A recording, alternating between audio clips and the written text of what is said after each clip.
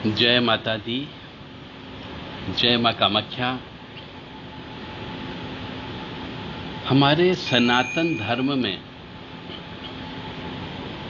बहुत ज्यादा शंका कुशंका है। ये कार्य इस दिन नहीं करना चाहिए, ये कार्य इस दिन नहीं करना चाहिए, इस दिन बाल नहीं कटाना चाहिए, इस दिन नाखून नहीं कटाना चाहिए, इस दिन पोंछा नहीं लगाया जाता है। तो इन सबके पीछे कोई न कोई वैज्ञानिक आधार था, और वह वैज्ञानिक आधार हमारे बड़े बुजुर्ग पीढ़ी दर पीढ़ी दे के नहीं गए, और वो सिर्फ परंपरा बन के रह गई, प्रथा बन के रह गई, प्रचलन बन के रह के गया। और सिर्फ कुछ लोगों ने जो वर्तमान पीढ़ी में हैं बड़े बुजुर्ग, उनने अपनी नए को बताया, और कुछ लोग इसका पालन भी नहीं कर रहे। जैसे शास्त्रों में भी बोला गया है कि साहब गुरुवार के दिन नाखून नहीं काटना चाहिए, गुरुवार के दिन बाल नहीं धोना चाहिए, गुरुवार के दिन घर का इवन झाड़ू भी नहीं लगाना चाहिए, गुरुवार के दिन कचरा कूड़ा घर के बाहर मतलब घर को हल्का नहीं करना चाहिए, और इस शरीर को भी हल्का नहीं करना चाहिए। गुरुवार के दिन कपड़े नहीं धोना चाहिए। और स्त्री के ऊपर विशेष तौर से यह लागू होता है, क्योंकि गुरु जो होता है स्त्रियों को केश में गुरु ग्रह जो होता है, बृहस्पति ग्रह पति का कारक माना गया है। यदि कोई स्त्री ऐसा करती है तो गुरु जो है भारी है, बहुत भारी है। गुरु वजन में सबसे ज्यादा है, ऐसा बोला जाता है। तो यदि आप अपने गुरु को हल्का करोगे तो इस स्त्री को कहते हैं विधवा होना पड़ता है, या अपने पति से दूर रहना पड़ता है। तो गुरु का मतलब हो गया उसको हल्का नहीं करना, क्योंकि गुरु ग्रह वजनदार ग्रह है, भारी ग्रह है। तो उसे अपने घर के ऊपर भी यदि गुरु का प्रभाव आ रहा है, इनविजिबल किरणें आ रही है, जो अदृश्य किरणें होती है, जिसका अपने शरीर के ऊपर और अपने रहन सहन के ऊपर और जिस घर पे रहते हैं उस पर असर पड़ता है। तो यदि आप गुरु को हल्का करोगे तो गुरु आपका कमजोर हो जाएगा, और जब गुरु कमजोर हो जाएगा तो आपका मस्तिष्क काम करना बंद कर देगा। गुरु से जो कृपा प्राप्त हो रही वो कृपा प्राप्त नहीं होगी, और जब गुरु से कृपा प्राप्त नहीं होगी तो आपका गुरु दोष लग जाएगा। इसलिए कहते हैं कि गुरुवार के दिन स्त्रियों के लिए विशेष तौर से कपड़े नहीं धोना चाहिए, नाखून नहीं काटना चाहिए, घर के अंदर का कबाड़ भी बाहर नहीं बेचना चाहिए, और घर से कोई भी चीज गुरुवार के दिन किसी दूसरे को देना भी नहीं चाहिए, जिससे कि कोई चीज हल्की हो जाए, ऐसा काम नहीं करना चाहिए। इसी प्रकार बोला जाता है कि साहब मंगलवार के दिन जो है बाल नहीं कटाते हैं। मंगलवार के दिन पुराने जमाने में बहुत से जो नाई हुआ करते थे वो दुकान भी नहीं खोलते थे, और किसी के घर पे जाके बाल भी नहीं काटते थे। तो उसके पीछे का भी कारण है। इसी प्रकार कहते हैं शनिवार का दिन होता है, काला दिन होता है, तो शनिवार के दिन भी कहते हैं साहब नाखून मत काटो, शनि नाराज हो जाएंगे। शनिवार के दिन बाल नहीं कटवाते, इसलिए रविवार का दिन रखा गया कि रविवार के दिन बाल कटाओ, क्योंकि शनि भी भारी है, धीरे चलने वाला ग्रह है, और बाल भी धीरे धीरे बढ़ते हैं, एकदम नहीं बढ़ते हैं। इसलिए जो शनिश्चर है, जो चीज धीरे धीरे उगती हो, जो चीज धीरे धीरे बढ़ती हो, जैसे नाखून बहुत मध्यम गति से बढ़ते हैं, आपको पता भी नहीं चलता है, जब बढ़ जाते तब पता लगता है कि नाखून बढ़ गए हैं। इसी प्रकार बाल भी धीरे धीरे बढ़ते हैं। तो जो चीज अपने मनुष्य के शरीर में धीरे धीरे बढ़ती हो उनको कटिंग नहीं की जाती, उनको काटा नहीं जाता है। तो ये 3 दिन जो होते हैं, गुरुवार, मंगलवार, शनिवार को तांत्रिक लोगों के दिन भी बोला जाता है। इन दिनों में की गई तांत्रिक क्रियाएं भी सफल होती है, और इस दिन इन तीनों दिन में की गई टोने टोटके भी सफल होते हैं, क्योंकि शनिवार के दिन को काला दिन माना गया, मंगलवार को गर्म दिन माना गया है, उग्र का दिन होता है मंगलवार का दिन। और गुरु के लिए गुरु का आशीर्वाद की बात होती, गुरु को हल्का नहीं किया जाता, भारी होता है। इसलिए इन 3 दिनों में नाखून नहीं काटना चाहिए, और बाल भी नहीं धोना चाहिए। और बहुत से मनुष्यों के साथ में यदि इन गुरुवार का दोष है, मंगल का दोष है और शनि का दोष है, तो ऐसे स्त्री पुरुष कोई भी हो, उन्हें घर के अंदर क्लेश भी नहीं करना चाहिए। इस दिन यात्रा भी नहीं करते हैं, इस दिन सहवास संभोग भी नहीं करना चाहिए, ईश्वर का नाम लेना चाहिए और मंगलवार शनिवार के दिन हनुमान जी की पूजन अर्चन अवश्य करना चाहिए। और जो लोग इनका पालन नहीं करते वो दरिद्रता में चले जाते हैं, गरीबी में चले जाते हैं, बीमारी आ जाती है। इसलिए गुरुवार, मंगलवार, शनिवार के दिन कोई भी ऐसा कृत्य न करें जिससे आपको, आपके परिवार को नुकसान हो।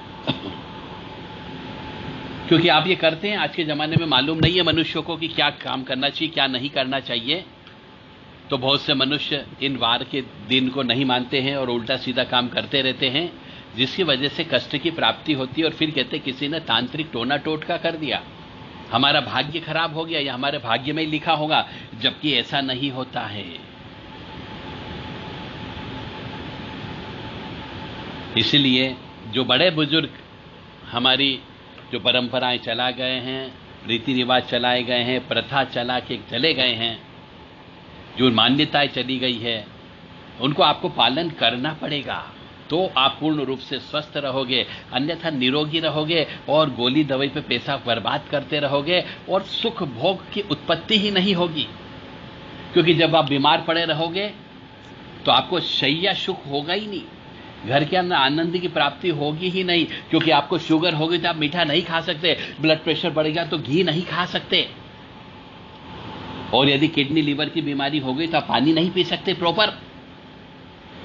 खाने पीने के ऊपर कंट्रोल हो जाता है, ये नहीं खाना, वो नहीं खाना, 10 प्रकार के। तो आप अपनी जिंदगी को सिर्फ जीते हो, केवल इस शरीर को जिंदा लाश की तरह चलाते हो, और फिर कहते हो कि किसी ने जादू टोना कर दिया, मेरे ऊपर ऊपरी बाधा लग गई है, मेरा शरीर बहुत टूटता है। अमावस्या के दिन विशेष तौर से शरीर टूटता है, पूर्णिमा के दिन विशेष तौर से उग्रता आती है मेरे को, पंचमी के दिन मुझे नाग महाराज अवश्य दिखते हैं। और कई बार तो ऐसा होता है, इन जो तिथियां होती हैं, इन वार होते हैं, इन वार में मनुष्य के मन में उच्चाटन की भावना पैदा हो जाती है, किसी काम में मन नहीं लगता है। तो लौट आओ, वापिस पुराने विचारधारा की ओर चले आओ। हमारी संस्कार, संस्कृति, परंपरा, रीति रिवाज, मान्यता, प्रथाएं, इनका पालन करो और ढूंढ ढूंढ करके देखो कि कौन सी मान्यता का पालन करना हमने बंद कर दिया, कौन सी प्रथा थी जो हमने बंद कर दी, जिसकी वजह से आपके घर पे विवाह नहीं हो रहा है, जिसकी वजह से आपके यहाँ बच्चे पैदा बंद हो गए, जिसकी वजह से आपकी प्रगति होना बंद हो गई, जिसकी वजह से दुकान चलना बंद हो गई, जिसकी वजह से आपने दान देना बंद कर दिया और आपकी मानसिक स्थिति खराब हो गई। और पुराने जमाने में कहते थे, भैया जब भी ध्यान करो ईश्वर का नाम लो, ब्रह्म मुहूर्त में लो। ब्रह्म मुहूर्त का मतलब हो गया सूर्य उदय के 1 घंटा पहले। पर आप ब्रह्म मुहूर्त में उठते ही नहीं हो। आज के जमाने में आपने ब्रह्म मुहूर्त में उठना बंद कर दिया है, इसलिए भी आपके यहां बीमारियां आ गई है, नकारात्मक ऊर्जा आ गई है। मतलब दोष के ऊपर दोष के ऊपर दोष आपके ऊपर चढ़ते जा रहे हैं। इस वजह से भी आप तकलीफ में हो, परेशानी में हो, कष्ट में हो। और कुछ लोग ध्यान करते हैं, योग करते हैं, कुछ लोग साधना भी करते हैं, तो उन्हें ब्रह्म मुहूर्त में ही उठना पड़ता है। और जो लोग ऐसा करते हैं उन्हें हमेशा अपने साथ में पीली सरसों रखना चाहिए, काली राई रखना चाहिए, 2 लौंग रखना चाहिए जोड़े से फूल वाले। और इसके पीछे केवल एक ही ये चीज कि यदि मनुष्य की ध्यानस्थ अवस्था में यदि उसकी आत्मा का किसी परमात्मा से मिलन हो गया तो कहीं वो पागल न हो जाए, उसकी रक्षा रहे, इस घटपिंड की रक्षा रहे, इस आत्मा की रक्षा रहे, इस शरीर की रक्षा रहे। इसलिए साधक मनुष्य जब भी साधना करता था ब्रह्म मुहूर्त के अंदर और शाम को, दिन और रात के मिलन के समय पे, जिसको संध्या बेला कहते हैं, उस समय पे तो अपने साथ में लौंग, राई, पीली सरसों ये अवश्य रखना चाहिए। केवल इसके पीछे का केवल एक यही कारण था कि ये रक्षा कवच करने का काम करती है। लौंग के अंदर ऊर्जा बहुत होती है, पॉजिटिव ऊर्जा होती, नकारात्मक ऊर्जा को दूर करने की शक्ति होती है, इसलिए लौंग रखे जाते हैं। और काली राई के अंदर भी एक विद्युत ऊर्जा होती है। अब उसको मैं आपको ऐसे समझा दूं कि जो राई होती है, पीली सरसों होती है, आप पॉलीथीन के अंदर डाल दो तो पॉलीथीन से चिपक जाती है। यानी पॉलीथीन के अंदर जो ऊर्जा है प्लास्टिक में, वो ऊर्जा इस राई की ऊर्जा से कनेक्ट होती है तो एक चुंबकीय शक्ति उत्पन्न होती है। यानी कि उस राई के अंदर पावर होती है, पीली सरसों में पावर होती है। इसलिए मनुष्य लोग जो है, कुछ लोग ध्यान करते हैं तो संध्या बेला के समय पे और ब्रह्म मुहूर्त के समय पे जब ध्यान योग किया जाता है तो अपने साथ में राई अवश्य रखना चाहिए, लौंग अवश्य रखना चाहिए, ताकि आपकी घट पिंड की रक्षा हो सके। और बिना गुरु के चाहे जिंदगी भर आप कितनी ही तपस्या कर लो, बिना गुरु के आप कितने ही मंत्र जप कर लो, बिना गुरु के आप कितने ही हवन पूजन कर लो, आप 98% तक सफलता प्राप्त कर लोगे, परंतु 2% सफलता केवल गुरु की वजह से रुकी रहेगी आपकी। तो जिंदगी में आपको गुरु तो बनाना ही बनाना पड़ेगा, तभी आप तंत्र विद्या में, मंत्र विद्या में सफल हो सकते हो, अन्यथा आपको सफलता बिल्कुल भी नहीं मिलेगी। इसलिए गुरु महाराज का ध्यान अवश्य करें और अपने जीवन में जो भी साधना कर रहा है मनुष्य, साधना करता है या साधना करना चाहता है, उसे सर्वप्रथम गुरु से गुरु दीक्षा लेना चाहिए विधि विधान से, और गुरु पूर्णिमा के दिन ही लेना चाहिए, अन्य दिन नहीं लेना चाहिए। क्योंकि जैसे दिवाली एक बनाई गई है, दिवाली का त्योहार एक दिन आता है, होली का त्योहार एक दिन आता है, रक्षाबंधन का त्योहार एक दिन आता है, कृष्ण जन्माष्टमी का त्योहार एक दिन आता है, श्री रामनवमी एक दिन आती है, इसी प्रकार से गुरु पूर्णिमा का पर्व भी एक ही दिन आता है। रोज रोज गुरु पूर्णिमा नहीं आती है, रोज रोज जो है गुरु दीक्षा नहीं दी जा सकती है। इसलिए सभी व्यक्ति जो धर्म प्रेमी बंधु हैं, जो आस्तिक हैं, ईश्वर में विश्वास करते हैं, गुरु सत्ता में विश्वास करते हैं, उन सब के लिए मेरा निवेदन है कि सिर्फ और सिर्फ 365 दिन में एक दिन ग्रह नक्षत्र ऐसे होते हैं जो गुरु पूर्णिमा के दिन पॉजिटिव होते हैं गुरु दीक्षा लेने के लिए। तो वो वार, तिथि, नक्षत्र जिसको हम पंचांग कहते हैं, वो गुरु पूर्णिमा का पंचांग ही महत्वपूर्ण होता है। उसी दिन ही गुरु दीक्षा ली जा सकती है, अन्य दिन लेते जरूर हैं, ली जा सकती है, परंतु जो फल की प्राप्ति जिसको हम बोले विधि विधान से, और गुरु बनाने का मतलब है गुरु को पिता तुल्य दर्जा आपको देना होगा। जैसी सेवा आप अपने पिता की करते हो, जैसी सेवा उस वैसी ही सेवा आपको अपने गुरु महाराज की करना होगी। यदि गुरु बनाते हो तो कभी भी अपने, जैसे हम अपने पिता का कभी भी अपमान नहीं करते हैं, जैसे हम अपने पिता के बारे में बुरा नहीं सुन सकते हैं, हम अपनी जिह्वा से पिता के बारे में गलत वचन नहीं बोलते हैं और उनकी बुराई भी नहीं करते हैं, उसी प्रकार गुरु की भी कभी बुराई नहीं करना चाहिए और नहीं कभी बुराई सुनना चाहिए। वो पूर्णतः पिता तुल्य ही है, पिता ही माना गया है शास्त्र के अंदर। तो जिस भी गुरु को आप बनाएं, पूर्ण रूप से विधि विधान से गुरु पूर्णिमा के दिन ही गुरु दीक्षा में गुरु दीक्षा प्राप्त करें और हमेशा फिर गुरु का साथ दें, गुरु के साथ में रहें। कोशिश करें साल में 8-10 दिन, 15 दिन, यानी 365 दिन में दशांश हिस्सा यानी 36 दिन कम से कम आप गुरु के सानिध्य में रहें, ताकि गुरु की एक्टिविटी आपको पता लग सके और उनसे आशीर्वाद प्राप्त हो सके, गुरु ज्ञान प्राप्त हो सके। क्योंकि गुरु ज्ञान अनंत है, वो जितना ज्ञान दे उतना कम है, और कितना आपके आचार विचार व्यवहार को परिवर्तन कर सके, ये मुख्यतः बात होती है। और अपने आपके आचार विचार व्यवहार को परिवर्तन करने के लिए गुरु सानिध्य होना अत्यंत आवश्यक है। इसलिए गुरु दीक्षा भी लें, गुरु के सानिध्य में भी रहें, गुरु जी की अपने पिता जैसी सेवा भी करें और पिता तुल्य मान करके गुरु की मृत्यु होने पर उसी प्रकार से सूतक पातक के नियम का पालन करें जैसे एक पिता के मरने पर आप पालन करते हो।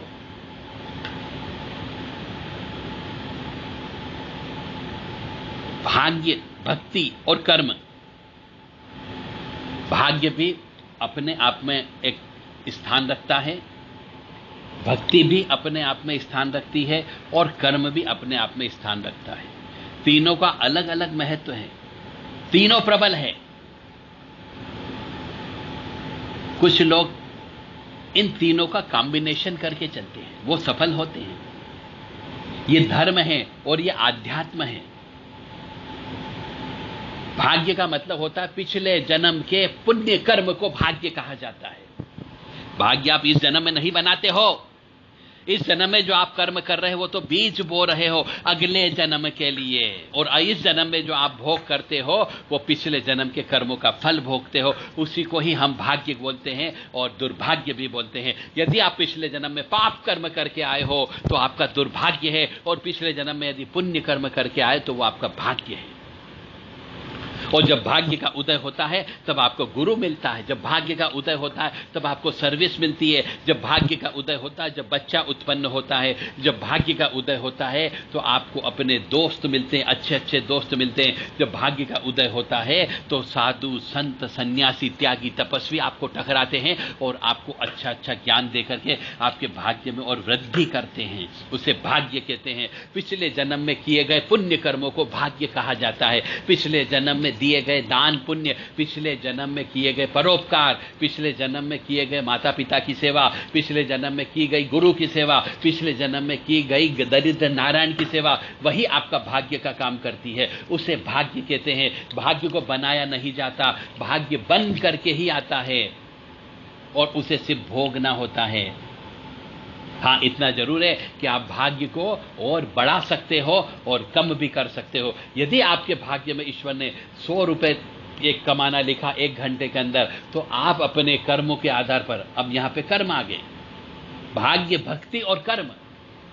यदि आपके भाग्य में 100 रुपए लिखे हैं तो आप अपने कर्मों को प्रबल करके उस 100 रुपए को 1000 रुपए में कन्वर्ट कर सकते हो। परंतु उस क्षण, उस घड़ी, उस वार, उस दिन में आपको पैसा अवश्य प्राप्त होगा। और यह निश्चित करना आपके ऊपर निर्भर करता है, अच्छे कर्म करके, भक्ति करके, कि आप उस 100 रुपए को 1000 रुपए में या लाख रुपए में कैसे कन्वर्ट कर सकते हो। तो तीनों का कॉम्बिनेशन करके चलोगे तो जिंदगी में कभी पीछे मुड़ के नहीं देखना पड़ेगा।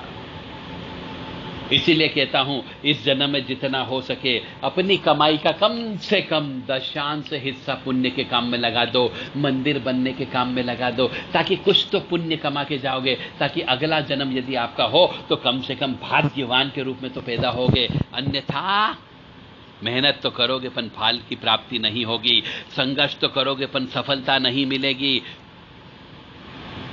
और भक्ति भी करना चाहिए।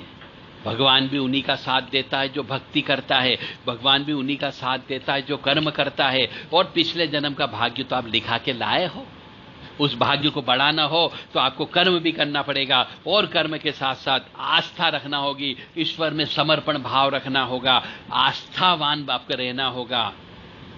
तब जाकर के भाग्य, भक्ति और कर्म तीनों मिल जाएंगे तो आपको पुण्य काम के, सुख समृद्धि शांति के, ऐश्वर्य के चरम सीमा पर आप पहुंच जाओगे।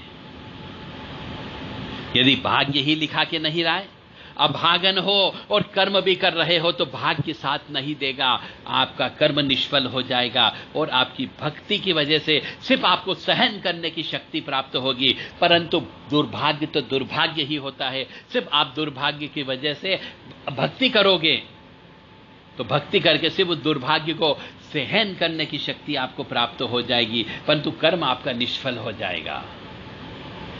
इसलिए तीनों का अपना अपना अस्तित्व है। भाग्य का अपना अस्तित्व है, भक्ति का अपना अस्तित्व है और कर्म का अपना अस्तित्व होता है। और तीनों का कॉम्बिनेशन होना अत्यंत आवश्यक है। ऐसे व्यक्ति बहुत बिरले मिलते हैं जिनका भाग्य भी होता है और वो भक्ति भी करते हैं और कर्म करते तो कर्म में सफलता भी मिलती जाती है। मुझे उम्मीद है कि आपको अब ये समझ में आ गया होगा कि भाग्य को कम भी किया जा सकता है, भाग्य को बढ़ाया भी जा सकता है। और भाग्य को बढ़ाने के लिए जो ग्रह कमजोर हो उस ग्रह के जप करो, उस ग्रह के निमित्त अपनी कमाई का 10% हिस्सा दान में दे दो, तो वो ग्रह ऑटोमेटिकली आपका सपोर्ट करने लगेगा। इससे आप आपका भाग्य बढ़ेगा।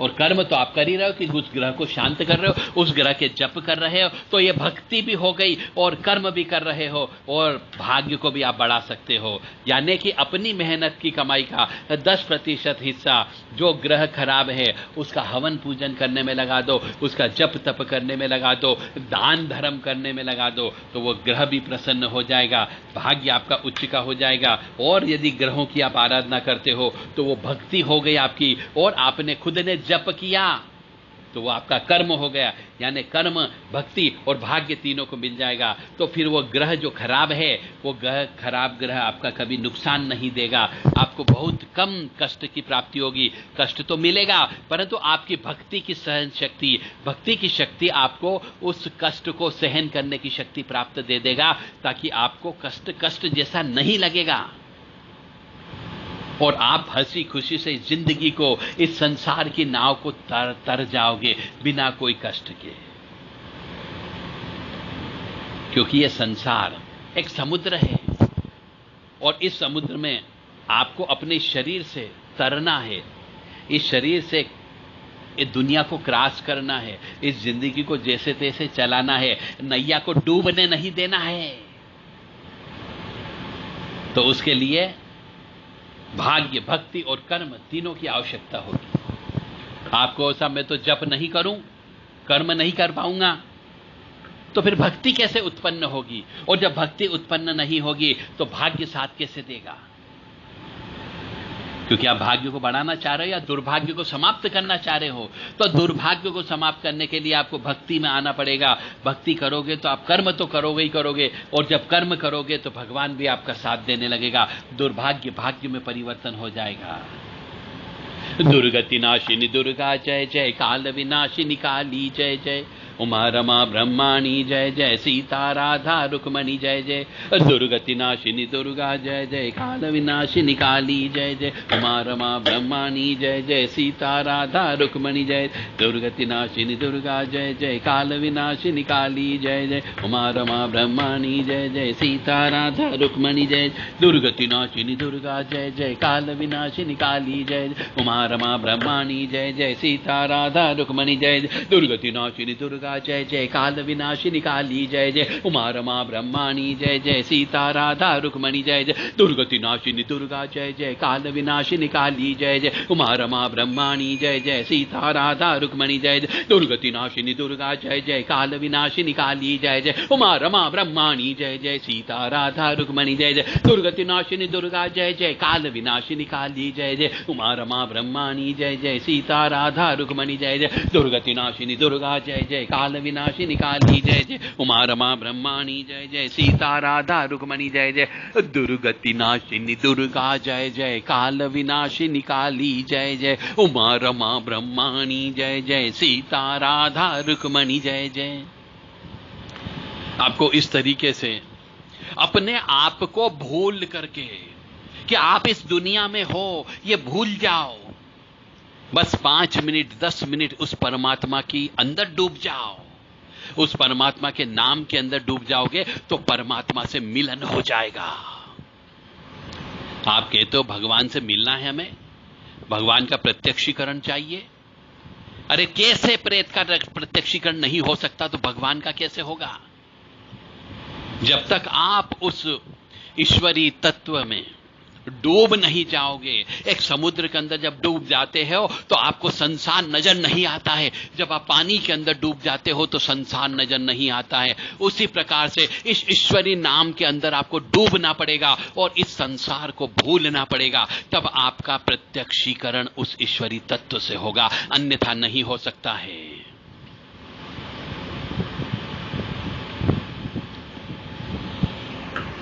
मां भगवती जगत जननी आपको सद्बुद्धि प्रदान करें कि आप सही राह पर चलें, पाप कर्म न करें, किसी के साथ बेईमानी न करें, और यदि अभी तक कर ली हो तो भगवान के सामने जाकर के माफी मांगो कि हे ईश्वर,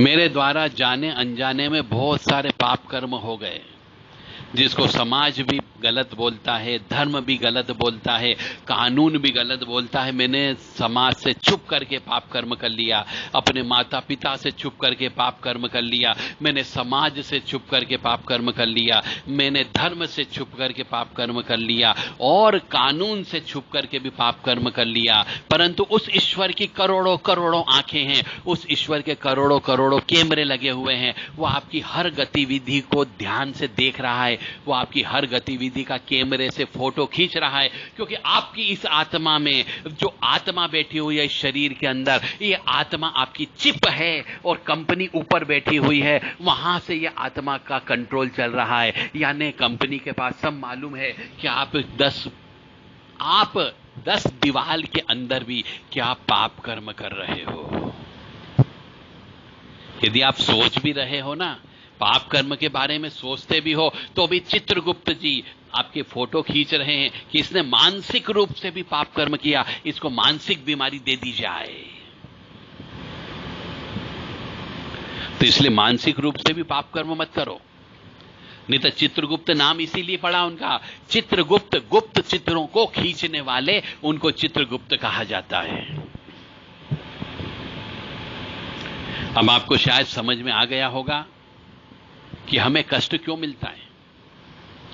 तो मैं कहना चाह रहा था कि अपने पाप कर्मों का प्रायश्चित करो। अब आप कहोगे साहब प्रायश्चित कैसे करें? हर पाप कर्म का अलग अलग प्रायश्चित होता है। जय माता दी, जय मां कामाख्या। अब हम आपको अन्य दूसरी दुनिया में फिर और कभी लेके जाएंगे। मां भगवती, जगत जननी, आद्य शक्ति भवानी आपको सुखी रखे, स्वस्थ रखे, प्रसन्न रखे। और मैं ये चाहता हूं कि आप सब निरोगी रहे और हिंदू धर्म की रक्षा के लिए अपनी सामर्थ्य के अनुसार जो कार्य कर सकते हो वो करें, जो भी कार्य कर सकते हो वो करें, परंतु हिंदू धर्म की रक्षार्थ करें। क्योंकि अब बहुत जरूरी हो गया है देवी देवताओं को जगाना, अपने आप को जगाना, अपनी आत्मा को जगाना।